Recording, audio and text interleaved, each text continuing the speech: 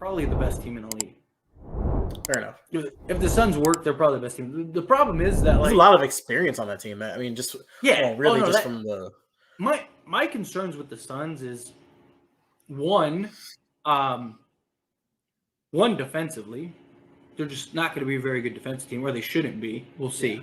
Yeah. Two, their lack of depth, I think, is going to be a big issue. Although in the playoffs you're only running like 7 or 8 guys, but still, like, it'd be nice to have some guys that can, like, Kevin Durant doesn't have to play 48 minutes a game.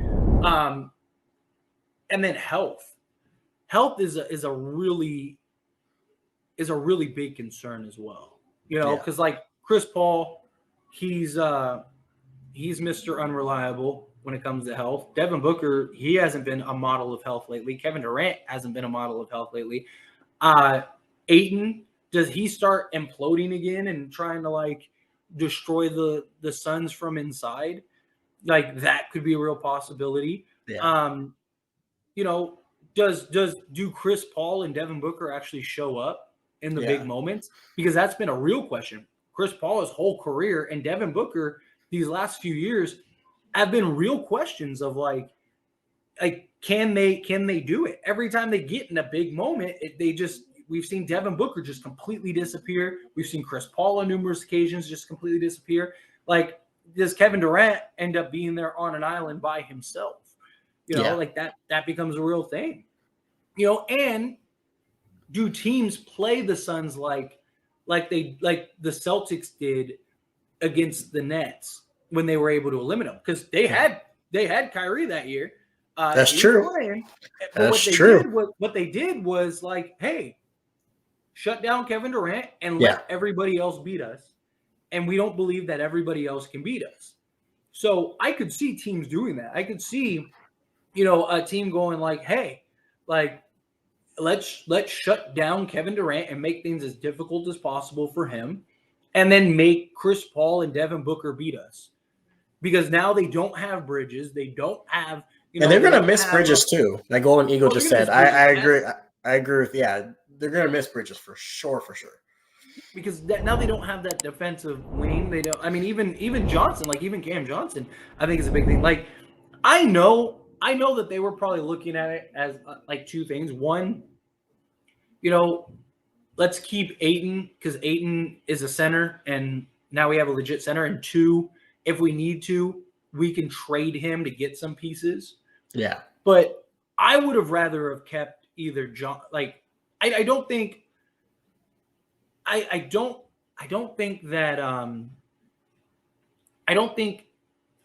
would have been able to get the deal done without trading Bridges. I just don't.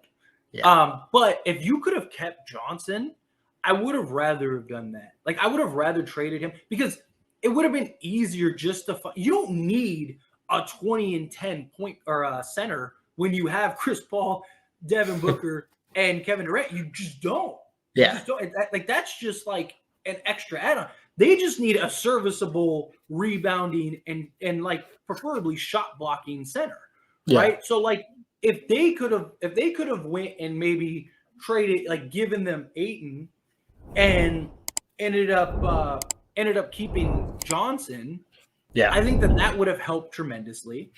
And then they could have just went and got a serviceable big man. Like that's my only thing.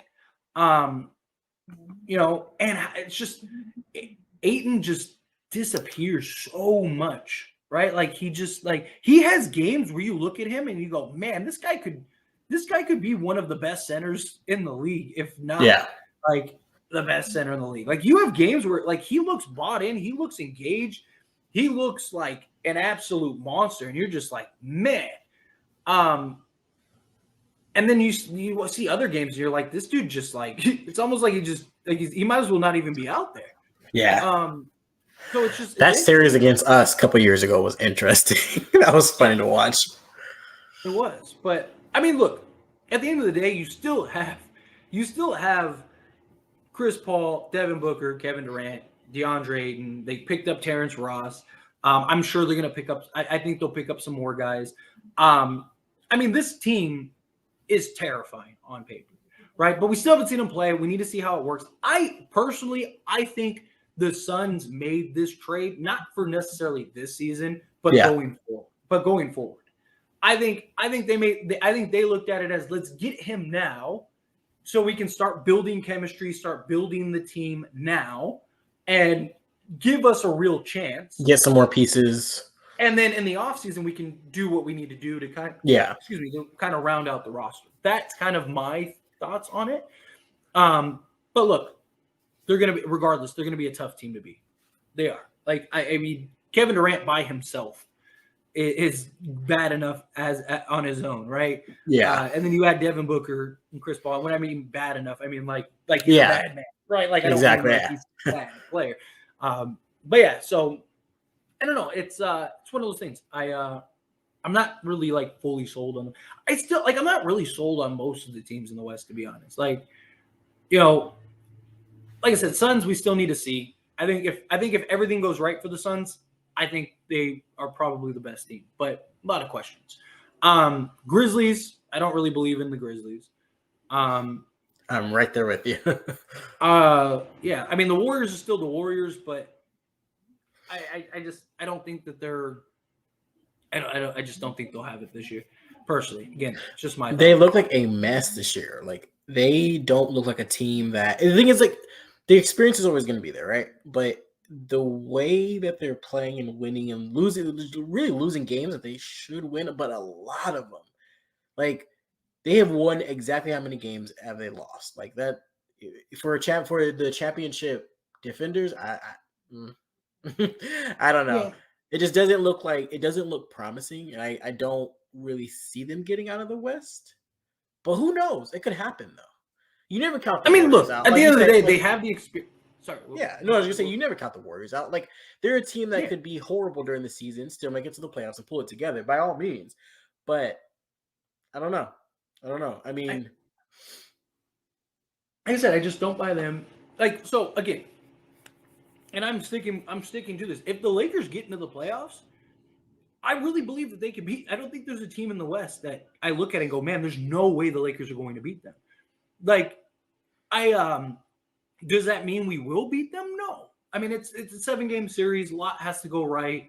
There's always factors that go into it. But I look at the roster and the team we have now, and I stack them up to all these other teams, and I'm like, we're still the only team with 2 top 10 guys.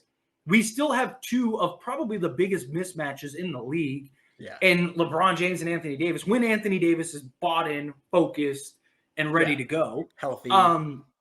We have shooting, we have defense, we have wings, we have everything that you could want for a formula of success. We have depth now. I was going to say, we're a lot deeper now, which is good. My only concern is that, like, we have such an uphill battle to climb that we end up exhausting ourselves just to get into the playoffs. Yeah. But here's the thing, like, our last 7 games are all very winnable games. And if we end up winning those games going into the playoffs, momentum is a huge thing, right? Like, you see it all the time. Momentum is huge.